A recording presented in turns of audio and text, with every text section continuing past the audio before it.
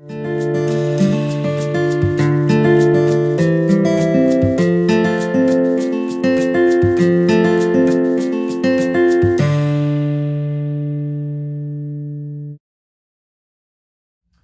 guys, Dr. Sekhar Upadhyayula here again. Today we're going to head into the OR and we're going to go through a battery change for a spinal cord stimulator on a very colorful patient that you'll meet in a little while. And we'll go through the reasons we change it and you'll see the technique. Okay, so we're going to talk to our patient and we're removing the spinal cord stimulator battery. Now this gentleman has had his battery in place. He's had the spinal cord stimulator in place for a number of years, and technology keeps changing. There's different companies out there where some batteries are rechargeable, but in his case the battery actually needs to be replaced. Now a few years ago we had placed the spinal cord stimulator. Now we had put these electrodes in, and there's different companies. We have St. Jude Medical, we have Medtronic. We use both. This is not an advertisement for either of these products, but they have some differences. So currently we have these wires that are sitting in the back. Now he currently has a Medtronic spinal cord stimulator and a Medtronic battery, and what we're going to do is we're going to remove it. Now the key to removing the battery is basically, strict sterile technique, and we're going to be doing this in the operating room. I'm going to have you just put your leg over here, and we're going to have a look at where your existing unit is. So you can see that the battery sits right here. Now you can see he has the scar here from a previous lumbar laminectomy with fusion. He's had L5S1 and L4L5 operated on. He's had subsequently hardware placed. He had done well. This is an area that is older. He had a previous battery in this area which was too close inferiorly, and he realized it wasn't comfortable, so a few years later it was moved up here. You can see that this is the outline of the battery. It's just about 2.5 inches across, and he heals very well. This is his scar. So what we're planning to do is we're going to make our incision across here, and we'll just gently dissect all through this area and upwards. And the wires, I can actually feel them. The wires, actually the hub of the wires come from about here. They pass downwards and they run up, probably right about here, up into the back of the epidural space, and they run up sitting at the back of thoracic level number 8 and number 7. So just to show you what the unit looks like. This is a St. Jude one, and let's see if we can turn it around for you.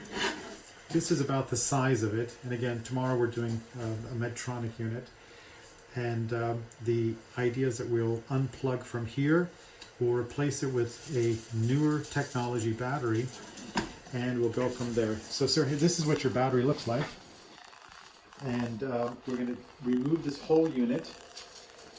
There's a few sutures that are here. We're going to snip the sutures, clean out the pocket. I'm going to check the pocket. I'm going to check the integrity of the electrodes, make sure they're okay. And then we're going to reattach and put fresh electrodes, connectors, not the whole electrode. The whole electrode, they sit up here. We'll put fresh connectors here to adapt to the new battery. And this should last you more than 5 years, depending on your situation. Electric jump. That's right. That's right. I'm electric. I know you're an electrician. That's what I asked you about. So can I do that by myself?